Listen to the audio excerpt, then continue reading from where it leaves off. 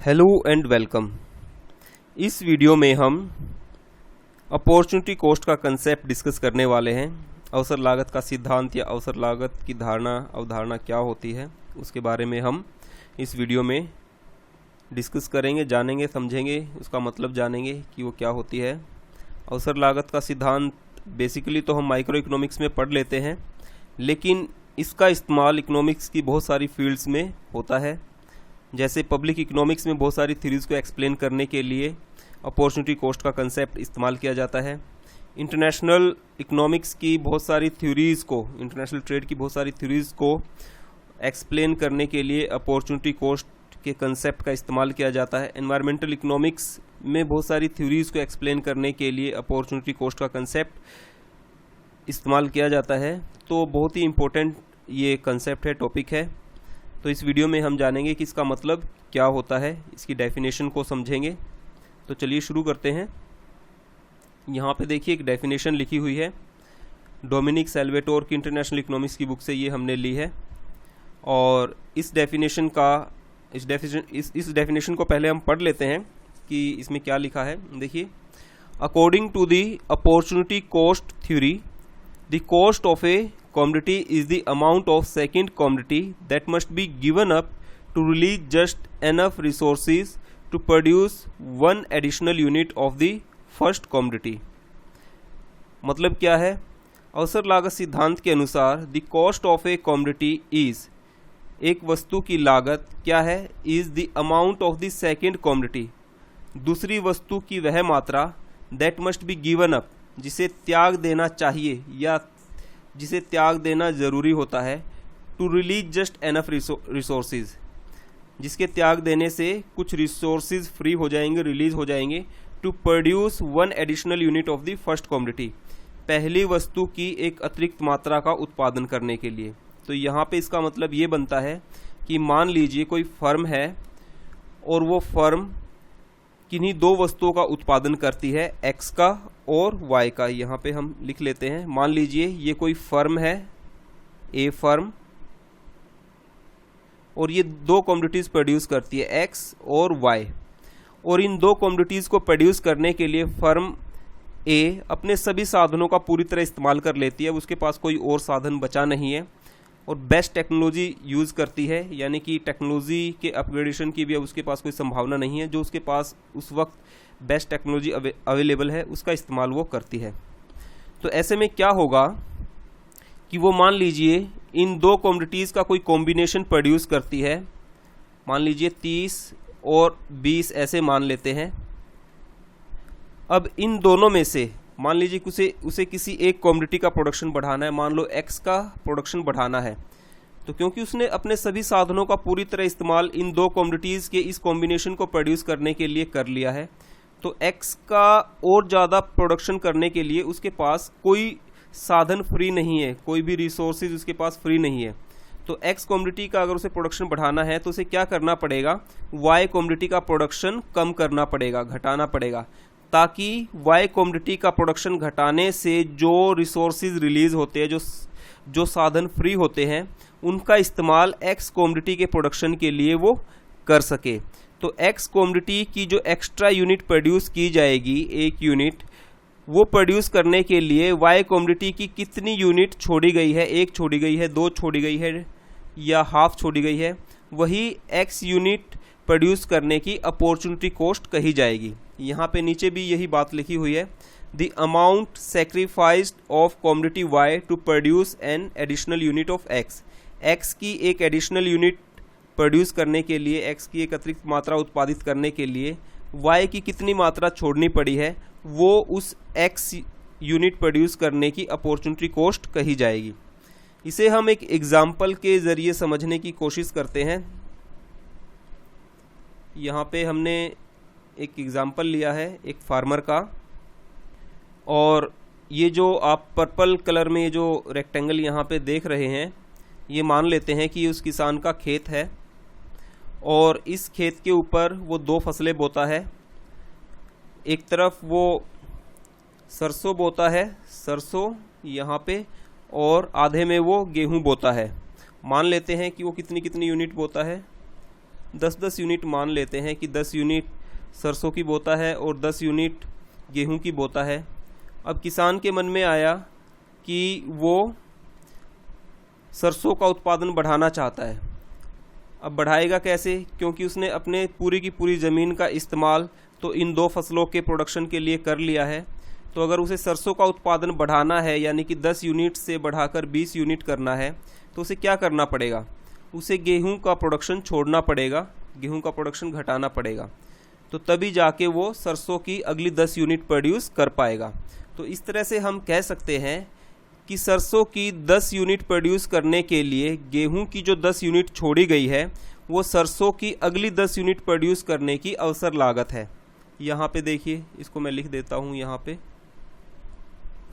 Opportunity cost of 10 unit mustard.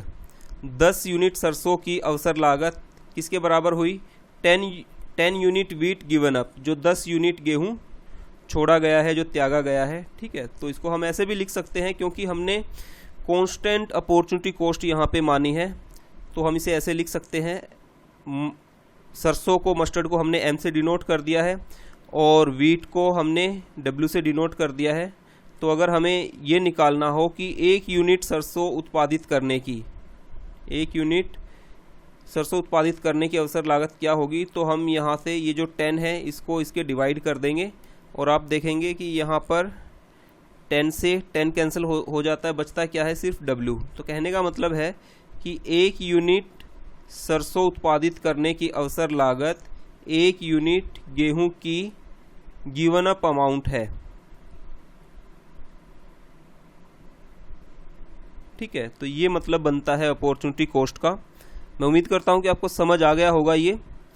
और जब भी हम अपॉर्चुनिटी कॉस्ट की बात करते हैं तो इसको हम प्रोडक्शन पॉसिबिलिटी शेड्यूल के ज़रिए समझने की कोशिश करते हैं। यहाँ पे हमने एक हाइपोथेटिकल एग्जांपल लिया है।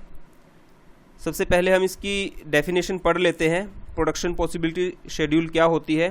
Production possibility schedule shows the various combinations of 2 commodities which a nation can produce by making full utilization of its resources with best technology available to it। जो उत्पादन संभावना तालिका है वो 2 वस्तुओं के, यहाँ पर देखिए वही बात लिखी है, 2 वस्तुओं के वेरियस कॉम्बिनेशंस, विभिन्न संयोगों को दर्शाता है, जिसे एक देश अपने सभी साधनों का पूरी तरह इस्तेमाल करके, बेस्ट टेक्नोलॉजी के साथ इस्तेमाल करके उन्हें उत्पादित कर सकता है। एक हाइपोथेटिकल एग्जांपल ले लेते हैं, उससे हम इसको समझने की कोशिश करते हैं। ये टेबल देखिए, यहाँ पर हमने यूएसए एक देश ले लिया है, यहाँ पे यूएसए को, और मान लेते हैं कि यूएसए 2 कमोडिटीज़ प्रोड्यूस करता है, वीट प्रोड्यूस करता है और क्लॉथ प्रोड्यूस करता है। अब ऐसा हो सकता है कि यूएसए अपने सभी साधनों का इस्तेमाल मान लीजिए गेहूं के प्रोडक्शन में लगा दे और वो कपड़े का कोई प्रोडक्शन ना करे, तो वो कितना प्रोडक्शन कर सकता है, वो गेहूं की 90 यूनिट प्रोड्यूस कर सकता है, लेकिन वो कपड़े का कोई प्रोडक्शन नहीं कर सकता, क्योंकि उसने अपने सभी साधनों को गेहूं के प्रोडक्शन में लगा दिया है। ऐसा भी हो सकता है कि यूएसए अपने सभी साधनों को कपड़े के प्रोडक्शन में लगा दे। अगर कपड़े के उत्पादन में लगाता है तो वो 60 यूनिट कपड़ा प्रोड्यूस कर सकता है, लेकिन ऐसे मामले में वो गेहूं का कोई प्रोडक्शन नहीं कर पाएगा, गेहूं का अमाउंट 0 रहेगा। अब ये जो 2 कॉम्बिनेशन हमने लिए हैं, 90 यूनिट गेहूं और 0 यूनिट कपड़ा, या 0 यूनिट गेहूं और 60 यूनिट कपड़ा, इन दोनों के बीच में भी बहुत सारे कॉम्बिनेशंस हो सकते हैं। एक कॉम्बिनेशन हम मान लेते हैं कि मान लो यूएसए कपड़े का उत्पादन बढ़ाना चाहता है, 0 यूनिट से वो 10 यूनिट कपड़ा प्रोड्यूस करता है, तो उसे क्या करना पड़ेगा, उसे गेहूं का कुछ प्रोडक्शन छोड़ना पड़ेगा। तो कितना प्रोडक्शन उसे छोड़ना पड़ेगा, मान लीजिए वो 75 यूनिट गेहूं प्रोड्यूस करता है, तो ऐसे में क्या हुआ कि 10 यूनिट कपड़ा प्रोड्यूस करने के लिए उसे कितना गेहूं छोड़ना पड़ा, 15 यूनिट। 10 यूनिट कपड़ा प्रोड्यूस करने के लिए उसे 15 यूनिट गेहूं छोड़ना पड़ा। इसी तरह से मान लो वो कपड़े का और प्रोडक्शन बढ़ाना चाहे, 10 यूनिट से 20 यूनिट करना चाहे, तो उसे फिर से गेहूं का प्रोडक्शन घटाना पड़ेगा। मान लीजिए वो 75 यूनिट से घटा के 60 यूनिट कर देता है, तो ऐसे मामले में हम देखेंगे कि फिर से उसको एडिशनल 10 यूनिट प्रोड्यूस करने के लिए 15 यूनिट वीट जो है उसे गिवन अप करना पड़ा है, उसे छोड़ना पड़ा है। और आगे भी मान लीजिए वो इस प्रोडक्शन को बढ़ाना चाहे, 30 यूनिट करना चाहे, तो उसे गेहूं का प्रोडक्शन घटाना पड़ेगा। मान लीजिए 60 से 45 वो कर देता गेहूं का प्रोडक्शन, फिर से इसको 10 यूनिट कपड़ा प्रोड्यूस करने के लिए 15 यूनिट गेहूं छोड़ना पड़ा। और ऐसे करके अगर वो 30 से 40 यूनिट कपड़े का प्रोडक्शन बढ़ाना चाहे, कपड़े का प्रोडक्शन बढ़ाकर 30 यूनिट से 40 यूनिट करना चाहे, तो उसे फिर से गेहूं का प्रोडक्शन घटाना पड़ेगा। यहाँ पर मान लेते हैं कि उसने फिर से 15 यूनिट गेहूं छोड़ दिया, अब वो 30 यूनिट गेहूं प्रोड्यूस कर सकता है। ऐसे करके 40 से 50 अगर वो करना चाहे कपड़े के प्रोडक्शन को, तो उसे फिर 15 यूनिट गेहूं छोड़ना पड़ेगा। अब वो 15 यूनिट गेहूं और 50 यूनिट कपड़ा प्रोड्यूस कर सकता है। और ज़्यादा मान लीजिए वो 50 से 60 यूनिट कपड़े पे जाना चाहे, 60 यूनिट प्रोड्यूस करना चाहे कपड़े की, 10 यूनिट और एक्स्ट्रा, तो उसे फिर से 15 यूनिट गेहूं छोड़ना पड़ेगा। तो यहाँ पर आप देख सकते हैं कि कपड़े की अपॉर्चुनिटी कॉस्ट हमने गेहूं में निकाली है, ऐसे गेहूं की अपॉर्चुनिटी कॉस्ट कपड़े में भी निकाल सकते हैं। तो बारी बारी से दोनों डिस्कस कर लेते हैं।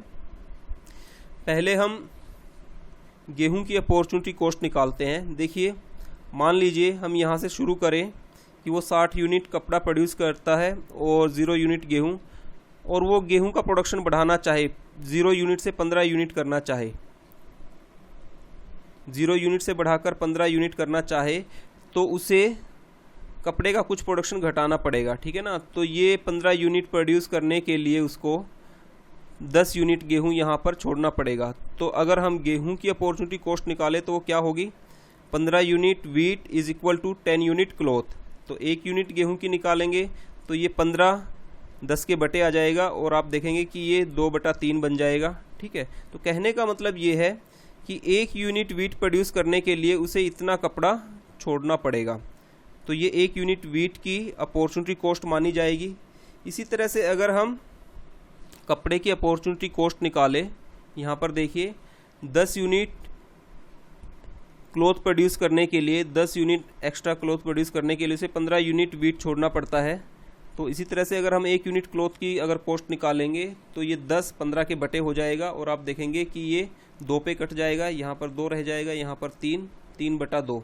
तो कहने का मतलब ये हुआ कि 1 यूनिट कपड़ा प्रोड्यूस करने के लिए उसे 1.5 यूनिट गेहूं यहाँ पर छोड़ना पड़ता है। तो 1 यूनिट कपड़े की अपॉर्चुनिटी कॉस्ट 1.5 यूनिट गेहूं मानी जाएगी, और इस तरफ 1 यूनिट गेहूं की अपॉर्चुनिटी कॉस्ट 2/3 यूनिट कपड़ा मानी जाएगी जो छोड़ी गई है। ये गिवन अप क्वांटिटी है, गिवन अप अमाउंट है ये,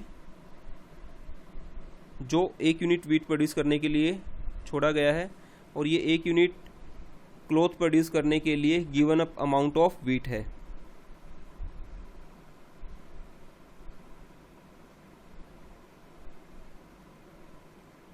यही कपड़े की अवसर लागत है। यहाँ पे गेहूं की अवसर लागत ये है, ठीक है। हम जानते हैं कि इकोनॉमिक्स में ग्राफ्स का काफ़ी यूज़ होता है। इसी चीज़ को अगर हम ग्राफिकली दिखाएं तो उसे हम कहेंगे प्रोडक्शन पॉसिबिलिटी फ्रंटियर या प्रोडक्शन पॉसिबिलिटी कर्व, ठीक है। तो ये जो कर्व बनाया गया है या ये जो टेबल बनाई गई थी, ये कांस्टेंट अपॉर्चुनिटी कॉस्ट की अजम्पशन के ऊपर बनाई गई थी। अगर हम इसको ग्राफिकली शो करें तो कैसे करेंगे, ये देखिए। पहले हम इसकी डेफिनेशन पढ़ लेते हैं कि प्रोडक्शन पॉसिबिलिटी कर्व क्या होता है। प्रोडक्शन पॉसिबिलिटी शेड्यूल की तरह ही होता है। Production possibility curve shows the various combination of 2 commodities which a nation can produce by making full utilization of its resources with best technology available to it। तो जो उत्पादन संभावना वक्र है वो 2 वस्तुओं के विभिन्न संयोगों को दर्शाता है जिसे एक देश अपने सभी साधनों का बेहतरीन तकनीक के साथ पूरी तरह इस्तेमाल करके उत्पादित कर सकता है। तो सेम वैसी ही डेफिनेशन है ये। यहाँ पर हम कर्व लिख देते हैं, वहाँ पे शेड्यूल लिखा हुआ था। इसको समझने की कोशिश करते हैं। यहाँ पे प्रोडक्शन पॉसिबिलिटी फ्रंटियर हम बनाते हैं। यहाँ पर हॉरिजॉन्टल एक्सिस पर हमने गेहूं लिया है, ये वही यूएसए का प्रोडक्शन पॉसिबिलिटी कर्व है। हॉरिजॉन्टल एक्सिस पर हमने गेहूं लिया है। सभी साधनों का अगर वो इस्तेमाल कर ले तो मैक्सिमम 90 यूनिट गेहूं प्रोड्यूस कर सकता है। और वर्टिकल एक्सिस पर हमने क्लॉथ लिया है। अगर सभी साधनों का इस्तेमाल वो कपड़े के प्रोडक्शन में लगा दे तो वो मैक्सिमम 60 यूनिट कपड़ा प्रोड्यूस कर सकता है। तो इस तरह से हमारे पास पीपी प्रोडक्शन पॉसिबिलिटी शेड्यूल यहाँ पर बन जाता है अगर हम इन दोनों पॉइंट्स को मिला दें। इन दोनों के बीच में भी वो और बहुत सारे कॉम्बिनेशन प्रोड्यूस कर सकता है। एग्जाम्पल के तौर पर हम ले लेते हैं यहाँ पर कॉम्बिनेशन ए, जिसमें मान लेते हैं कि वो 50 यूनिट कपड़ा प्रोड्यूस करता है और 15 यूनिट गेहूँ। अगर वो गेहूं का प्रोडक्शन बढ़ाना चाहे तो उसे कपड़े का प्रोडक्शन छोड़ना पड़ेगा। ठीक है, मान लीजिए वो पॉइंट बी के ऊपर अगर हम बात करें, वो 40 यूनिट यहाँ पर कपड़ा प्रोड्यूस करता है और 30 यूनिट यहाँ पर गेहूं प्रोड्यूस करता है। तो ऐसे में हम देखेंगे कि ये कॉम्बिनेशन कैसे बने। ये देखिए यहाँ पे इसको हम ऐसे लिख लेते हैं, ये इस पॉइंट को बताता है, ये इस पॉइंट को बताता है। यहाँ से हम प्रोडक्शन पॉसिबिलिटी कर्व का स्लोप भी निकाल सकते हैं। ऐसे करके स्लोप निकालने का फॉर्मूला भी हम अभी डिस्कस करेंगे। तो पहले हम ये देखते हैं कि देखिए पहला कॉम्बिनेशन उसका क्या है, 15 यूनिट गेहूं और 50 यूनिट कपड़ा। अगर वो अपना प्रोडक्शन 15 यूनिट गेहूं से बढ़ाकर 30 यूनिट करना चाहे तो उसे कुछ कपड़ा छोड़ना पड़ेगा। 15 यूनिट गेहूं का ज़्यादा प्रोडक्शन करने के लिए उसे 10 यूनिट कपड़ा छोड़ना पड़ा है। तो 15 यूनिट गेहूं प्रोड्यूस करने की जो अवसर लागत है वो 10 यूनिट ये छोड़ा गया कपड़ा है। अब यहाँ से हमें एक चीज़ और क्लियर होती है, प्रोडक्शन पॉसिबिलिटी कर्व का स्लोप। देखिए स्लोप क्या होता है, स्लोप हम ऐसे निकालते हैं वर्टिकल बटा हॉरिजॉन्टल। और जो प्रोडक्शन पॉसिबिलिटी कर्व होता है उसके स्लोप को हम कहते हैं मार्जिनल रेट ऑफ ट्रांसफॉर्मेशन। आपको ध्यान रखना है, मार्जिनल रेट ऑफ ट्रांसफॉर्मेशन।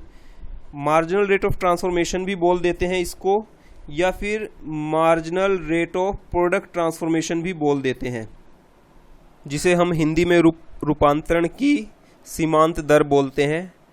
और ये प्रोडक्शन पॉसिबिलिटी कर्व के स्लोप के बराबर होता है। स्लोप के बराबर कैसे होता है, देखिए यहाँ पर हमने देखा स्लोप हम निकालते हैं वर्टिकल बटा हॉरिजॉन्टल। तो वर्टिकल जो चेंज है वो डेल्टा सी से डिनोट किया है 10 यूनिट कपड़ा, और जो हॉरिजॉन्टल चेंज है उसको डेल्टा डब्ल्यू से डिनोट किया है 15 यूनिट गेहूं। तो आप देखेंगे कि इस तरह से 2/3 यानी कि 0.67 ये इस प्रोडक्शन पॉसिबिलिटी कर्व का स्लोप हमारे सामने आ गया है। और प्रोडक्शन पॉसिबिलिटी कर्व का स्लोप उसकी अवसर लागत को दर्शाता है। तो यहाँ पर हमने देखा कि कैसे हम production possibility schedule, production possibility curve के जरिए अवसर लागत को समझ सकते हैं। अवसर लागत क्या है इसका मतलब हमने यहाँ पर समझने की कोशिश की है। मैं उम्मीद करता हूँ कि ये टॉपिक आपके लिए यूज़फुल रहेगा और ये वीडियो आपके काम आएगा। फिर भी अगर आपको कोई डाउट है किसी कंसेप्ट में, किसी पॉइंट पर, तो आप मुझे कमेंट करके बता सकते हैं, मैं उसको और ज़्यादा क्लियर करने की कोशिश करूँगा। Thanks for watching, have a nice time.